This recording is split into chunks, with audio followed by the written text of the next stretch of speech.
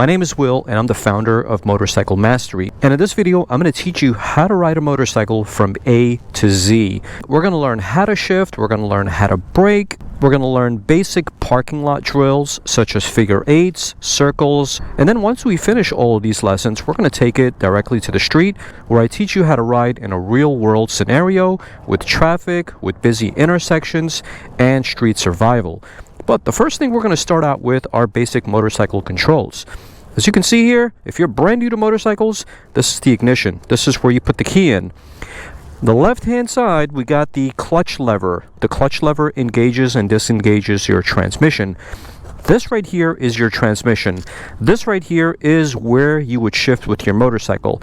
On 99.9% of motorcycles, you got 5 up, you got 1 down, and neutral is in between first gear and second gear. We're going to talk about that in just a little bit, but for now, just keep it in mind. On the right-hand side, we have the throttle. This controls your motorcycle's power. So when you twist the throttle, your motorcycle increases speed, and when you let go of the throttle and bring it back to the neutral position, your motorcycle is pretty much coasting on its own unless you use your front brakes, which are right over here. Your front brakes are, on most bikes, twin calipers, okay? On most bikes, not all, but on most bikes. The front brakes are responsible for 70 to 80% of your braking force. Moving over all the way to the back, these are your rear brakes. Your rear brakes are responsible for 20 to 30% of your braking force. However, in emergency situations, you're going to be combining both brakes to give yourself 100% braking force, and I'll tell you guys why about that in just a little bit. But anyway, a couple of other things. This right here is your kill switch. So when you have your motorcycle on, you can go ahead and put it into the on position. The battery is underneath my seat. The battery basically allows power to get to the front dashboard as well as the starter.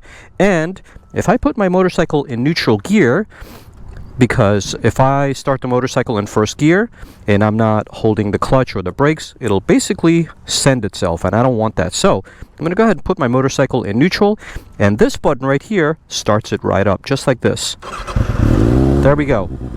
So now that the motorcycle started up, you can give it a couple of baby revs. Oh yeah, look how great that sounds. And to turn the motorcycle off, you got 2 choices. Number 1, turn the ignition to off, or turn it off directly using the kill switch. But keep in mind that your ignition is still on, and to conserve your battery power so it doesn't die, you want to go ahead and switch it to the off position. A couple of other things. These are the foot pegs, okay? So you're going to be putting the balls of your feet on the foot pegs, and this thing right here is used to keep the rear of your foot. So you're pretty much going to be like this in a racetrack scenario. But since you're riding on the street, this is what it's going to look like. Now, we already talked about the rear brake, but this lever right here is responsible for using your rear brakes. It's on the opposite side of your gear controls, and then this is where you would put your right foot. What I'm going to do now is we're going to turn on the motorcycle, and I'm going to show you how to ride it for the first time. So what I would recommend for you is obviously take an MSF course. If you haven't taken the MSF course, go ahead and sign up for it. And then what I would also recommend is you check out my Motorcycle Mastery course. My Motorcycle Mastery course is 11 modules and covers all the topics that I'm covering in this video, except it goes in 100% in depth between all the 11 modules. It's a very methodical approach to riding your motorcycle. So if you're interested in that, highly recommend that you click the link down below. But anyway, we're going to go ahead and swing a leg over the motorcycle. And what I like to do is I like to swing a leg over from the left side of the bike, because as you can see here, the motorcycle is tilted a little bit towards the left. And if I do it from the right side, this is an unnatural position and it feels really awkward and I have to kick really high. It just doesn't make sense unless you're like 6'4" tall. I mean, I guess you could do it, but I'm not that tall. I'm a short guy. I'm about 5'6", so I'm going to do it from the left side. And I recommend, regardless if you're tall or not, to do it the same way. This just feels more natural to me. So as you can see here, my left foot is pretty much grounded while my right foot is kind of dangling. So if you have a short torso, or maybe you're just short like I am, totally doable, not even a problem. What I would recommend is to grip your left as well as your right handlebar and center your motorcycle. In the beginning, depending on how heavy your motorcycle is, it might be a little heavy for you, but go ahead and center it And now you can kind of tippy-toe like I am right now. As you can see, I'm tippy-toeing, and that's totally fine. With your right foot still planted with your tippy toes, go ahead and kick your kickstand up just like that. And now what I would recommend for you is scoot your butt a little bit towards the left. So this way you're half a butt cheek out. And now you're kind of sort of flat footing the motorcycle on the left hand side. This gives you a bit more stability. Great. Now go ahead and put it into the on position. And because we're in neutral, we don't necessarily have to worry about the bike moving and jolting forward, okay? So go ahead and start up your motorcycle. And if you're on a hill, be very careful. I would recommend holding your front brakes, okay? But if you're not on a hill like I am, then it really doesn't matter. You're totally fine. And now what you're going to be doing is you're going to be using your clutch. See, the clutch is necessary for engaging and disengaging your transmission. And in just a little bit, I'm going to teach you something called the friction zone. But for now, just keep that in mind. So, in order to shift up and down gears, you have to pull in your clutch and let it go. Right now, I'm in neutral gear. I'm going to hold my clutch in, shift my butt over to the right, half a butt cheek. Now, kick down with my foot. Now, as you can see here, the bike went into first gear. I'm going to shift myself to the left now. And now that I'm in first gear, I can simply let out the clutch about 50% of the way, and this is called the friction zone, okay? Now I've reached the friction zone. The great thing about the clutch is that the clutch, like as I mentioned before, is responsible for giving your motorcycle power, engaging power to your motorcycle or taking it away. So that's called the friction zone, okay? So the friction zone is something that you're gonna have to play around with and get used to, but once you get it down, it'll be smooth sailing from there. So I'm gonna go ahead and let go of the clutch slowly. I'm not gonna pop it, because watch what happens if I pop it. You see what happened? The motorcycle stalled. And you don't want to do that. The most important thing to remember is if you stall your motorcycle, I mean, you don't want to, but if it happens, make sure that your steering wheel is straight like this. If it's not straight, then what could happen is that your motorcycle is going to tilt this way. All the motorcycle's weight is going to go towards the left, and you're going to end up dropping your motorcycle, okay? So just keep that in mind.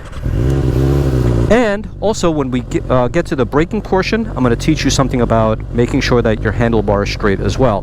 But anyway, now that you know how the friction zone works, we're going to let go of the clutch a little bit. We're not going to pop it. You see, there's something called popping your clutch as well. Popping your clutch is this. Letting it go very quickly means you're popping the clutch. What I want you to do in the beginning is to gradually let go of your clutch just in the beginning until you learn how the process of the friction zone works. Once you learn that, pull it in, slowly release it. Pull it in, slowly release it until you feel where it connects with your motorcycle and you begin to start moving. For the first maybe, I would say 40 minutes to an hour, I would practice that. These guys are practicing drills just like we are, so I think I want to get out of their way. So, in order to shift your motorcycle, the same way that you shift it into first gear is the same way you're going to shift into second gear. You're going to pull in your clutch, kick up on your shifter, and then let go of your clutch. Now remember, you're not going to let it go like that. You're going to let it go slowly, and slowly you're going to get a little bit faster and faster each time. But in the beginning, your shifts are going to be a little bit clunky. It's not going to be very smooth, and that's totally okay. Don't be hard on yourself. Take it easy for the first couple of times. So I'm in second gear right now. What I'm going to do is I'm going to pull in my clutch, and then I'm going to shift into third gear. And this time it's going to be a little bit more seamless. But what I want you to do is I want you to listen to the sound that my motorcycle makes and try to see if you can replicate that sound, because it's going to be a healthy sound, and this is how yours should sound whenever you shift into another gear. Let me go ahead and look right and left to see if anybody's coming. All right, perfect. No one's in the road. So watch what happens when I shift at the third gear, and look at my hand, okay? There you go, just like that. Now, I didn't pop the clutch, I let it out smoothly and gradually, and that's how you should do it as well. It should sound very natural going into gear. So, as far as going down gears, same exact process. You're gonna pull in the clutch, kick down. Once you're into second gear, let go of your clutch, but do it smoothly. As you heard, my motorcycle didn't make any kind of funky sounds. But, let me see if I can create a funky sound. Now you see I let it go too fast, and what happened at that point is that the rotational speed of the transmission wasn't in sync with the rotational speed of the engine, and because my motorcycle has a slipper clutch, it allowed it to gracefully go into gear without upsetting the transmission. So let's go ahead and talk about brakes, since you're already familiar with the friction zone as well as shifting up and down. Now as far as your brakes, okay, you have front and rear brakes. However, the front and the rear brakes have different uses. That being said, in an emergency situation, if it calls for, and sometimes depending on the situation, you can engage in using both brakes, the front and the rear. Once again, the front has about 70 to 80% of the braking force. Meanwhile, the rear has 20 to 30% of the braking force. Using the front and the rear depends on how fast you're going. In a parking lot situation, I'm doing about 18 miles an hour. Okay? Doing 18 miles an hour, 15 now, doesn't make sense for me to use the front because I don't need two calipers in the front, which are 300 millimeter discs, to stop me from going 15 miles an hour. But what I'm going to do now is I'm going to use my rear brakes, as you saw.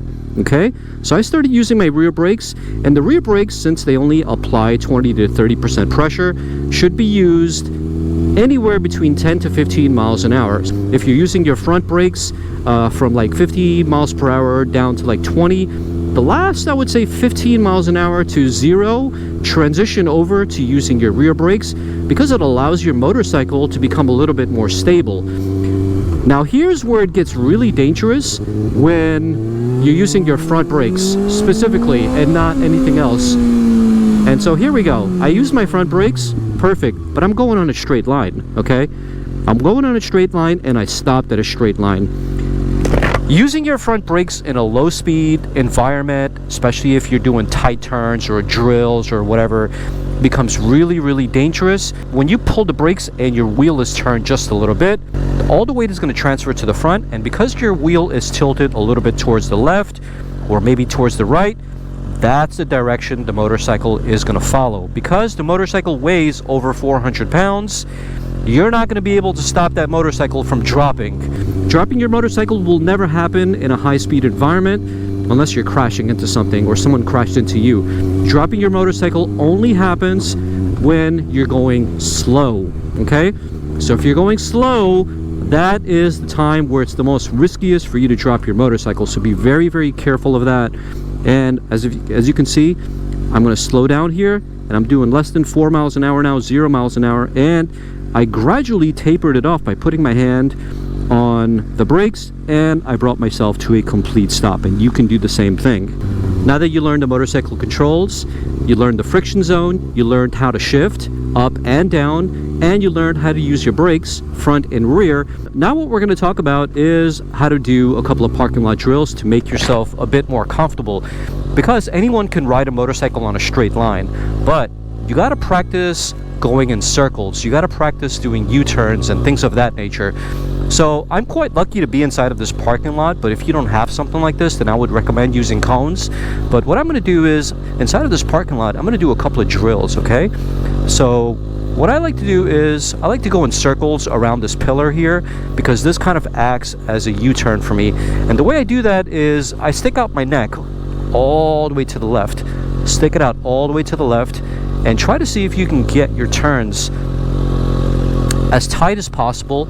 I'm currently doing it in first gear, but I'm not using my throttle. As you can see, my hand is off of the throttle, and all I'm doing is I'm using the clutch to pull it, to stop myself, and then to release it to give the engine a little bit more speed. So the clutch is something that you can use in case you get afraid. Pull it in, it stops giving power to the engine. Release it, it gives a little bit more power to the engine. This guy is giving me a thumbs up. He likes what I'm doing. Huh?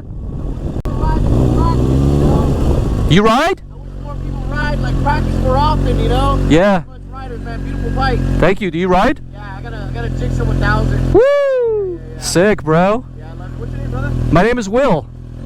Adrian. Adrian, nice to meet you. Beautiful bike. Check out my YouTube channel. You got a YouTube channel? Yeah, Oh, yeah. What is it? Petrolhead. Here, scan this in the back of my head. I got a QR code. Awesome. Yeah. Sick, man. Yeah, nice to meet you, man. Check you out. Thanks a lot. See ya. God bless you, man.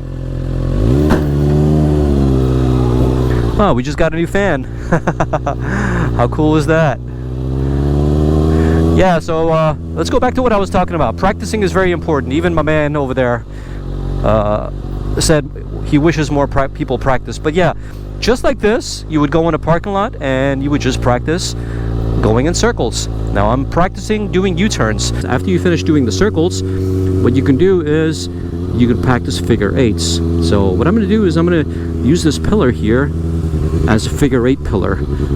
And even though these are huge pillars, like I would recommend probably using cones, so this way they're not spaced so far apart. But as a beginner, you're going to be using cones that are spread far apart anyway, so this completely works out for us as a good example. So after you're done with circles, transition over to figure eights, just like I'm doing right now. And my recommendation is always to look for other drivers to see if anybody else is coming, okay? Look into the turns, but also use your peripheral vision to scan your horizon. Make sure that nobody's coming and that you're safe doing this, okay? Vision is key when you're doing these maneuvers. If your turns aren't tight enough and if you're not doing it correctly, that's because you're probably not looking into the turn. As you can see, my motorcycle is facing that way, but my head is turned this way. Now my head is going to transition over to the right, all the way to the right. Wherever your head is pointed, wherever your eyes are looking, that's the direction that your motorcycle is going to travel to. After you've done a couple of circles, you've done a couple of figure eights, now it's time to do a couple of swerving exercises. Like these things are conveniently placed here for us, so let's go ahead and use it until we get kicked out and this guy's like, all right, you got to get out of here. You can use cones just like the one I passed through, space them in between each other. In between those cones, what I want you to do is to weave in and out of them. That's another practice drill that you can do inside of a parking lot. And by doing these type of practice drills, you prepare yourself to now go ride on the street. 3 hours later. Now you're familiar with the controls, now you're familiar with the throttle, now you're familiar with the front brakes as well as the rear, and how to shift up and down. So, before we actually hit the road, what I want you to do is to come to a shopping center parking lot. And the reason why I want you to do this is because it'll familiarize you with intersections in a much slower and in a much safer environment. Now you see at the end of this section here is an intersection where cars are coming in from the right and where cars are going in from the left. And this gives you the opportunity to learn how to safely navigate these intersections, but you're only doing about 5 miles an hour, 7 miles an hour, 10 miles an hour at most. And so this is where you can start your transition to going on the public roads. And then once you get familiar with a parking lot such as this, at least for like the first week or two of learning how to ride a motorcycle, get familiar, and then after that you can transition over to going on the street. Now you see, there's so much to learn inside of a parking lot like this. Not only will you learn street survival skills and defensive riding, but you're going to learn your clutch, you're going to use your rear brake, you're going to use your situational awareness, all that other stuff. So what I'm going to do is I'm going to position myself right in the middle, pretend it's a stop sign, which it isn't. Look left and right, there's no cars coming, no pedestrians. Let's go ahead and take the left turn right here, and we're doing somewhere around 10 miles an hour. Let this person go through. Okay, be courteous to people. As a motorcyclist, we kind of have a bad reputation, but we can always make that reputation better by being courteous to people. Let cars pass by because they're a lot bigger than us. They can mow us down, and most of the time they don't see us. So let's make ourselves obvious to cars. Let's be courteous to pedestrians and cyclists and everybody else. Now this car is, I don't know what he's doing, but he's probably going to go into, yeah, so we're going to give him some time. And you see, this is where learning all this stuff becomes very critical, because you can learn your rear brakes, you can learn your front brakes. And now I'm just feathering my clutch waiting for this guy to pass. He's waiting for this guy right here to finish his turn, and now he's going to take off, and I'm going to take off right behind him. What I'm going to do is I'm going to give myself a good car length behind this person. Doesn't have to be more than that, only because I'm doing 8 miles an hour. But when you're going really fast in a fast-paced environment, you want to give yourself a good 2-3 car lengths behind people, a good space cushion. Here's a stop sign. We're going to stop at the stop sign. Look left, look right, no one's coming. Perfect. Let's go ahead and take off. And we're going to be making a left turn because we're going to be going into Mendocino Farms. Yeah, we're going to go to that restaurant and have some lunch. Let's make a left turn over here, turn our heads all the way to the left. And what I want you to do is I want you to pay attention through your peripheral vision to see if anybody's lights are turned, and especially where their wheel is turned. If their wheel is turned to the direction that you're going, got to be very careful because they can pull out at any second and drive right into you. These days everyone is distracted, so really careful about how you're turning into places. When you're riding a motorcycle, patience is key. When you're driving a car, patience is key, especially if you're riding a motorcycle. Take it easy, slow it down a little bit. These motorcycles are so powerful. With a twist of the throttle, you're literally like 0 to 60 in 2 seconds. Come here, practice just like I am. Go through these intersections, observe all the vehicles, observe all the people, weave in and out through traffic in a safe way, in a methodical way, and don't rush the process. Slow it down a bit, take it easy, focus and be in the moment, and look at pedestrians because sometimes they don't see you, but you got to see them. Now that we're familiar with how pedestrians work and how to merge into traffic and things of that nature, what we're going to do is we're actually going to take it on the road. A few moments later. Now you see, riding on the street is a completely different process than driving inside of a car. A car, it's got a shell all around it, it's got a bunch of airbags, got a cool stereo system, and these days modern vehicles are so quiet. You think you might have a loud exhaust, you think you might have a flashy bike like me. 100% guaranteed no one's going to see you on the road, so don't even think that people will see you and hear you. When you're riding on the motorcycle, the best way to survive is to assume if a car is coming towards you that they're going to strike you. And it's also a good idea to always assume the worst but expect the best. And if you think like that, then you're going to start riding defensively. And so the first thing I want to make sure that you understand is that you should start riding defensively from day one. This means you are 100% aware of everything that is going on around you. Don't have a quad lock, don't have music blasting through your ears, because that stuff takes you away from being in the moment. Here in California, we can make a right turn on a red light, but for demonstration purposes, I'm not going to do that. I'm going to wait just like I recommend you wait behind a vehicle. And as you can see here, I gave myself plenty of escape routes. So in case I see somebody coming in hot behind me through my rear mirror, I can simply go right through this, and that is going to allow me to escape the situation. And now I look left and I look right, and there's no cars coming. I'm doing about 40-45 miles an hour. This is cruising speed in case you want to maximize your motorcycle's MPG. But when you're riding a motorcycle, no one says that you need to be in 3rd gear to ride a motorcycle. No one says you need to be in 5th gear or 6th gear at this speed or that speed.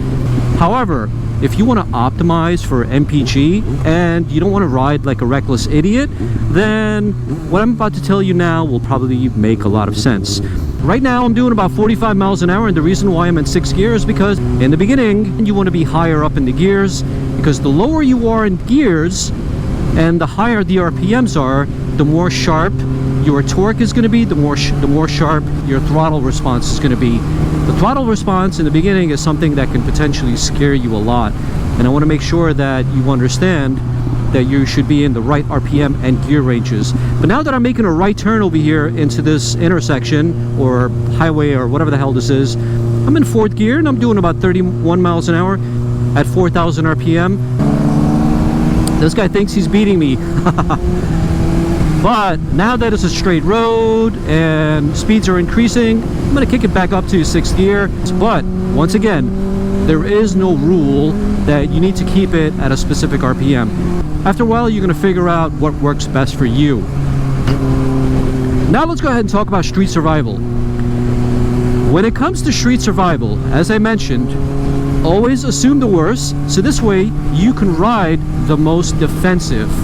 Defensively means make sure that you have a 360 parameter awareness of everything around you.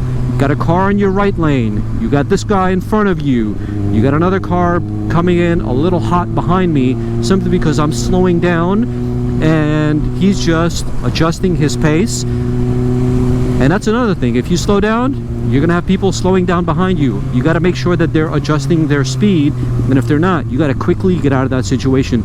That's part of awareness, that's part of street survival.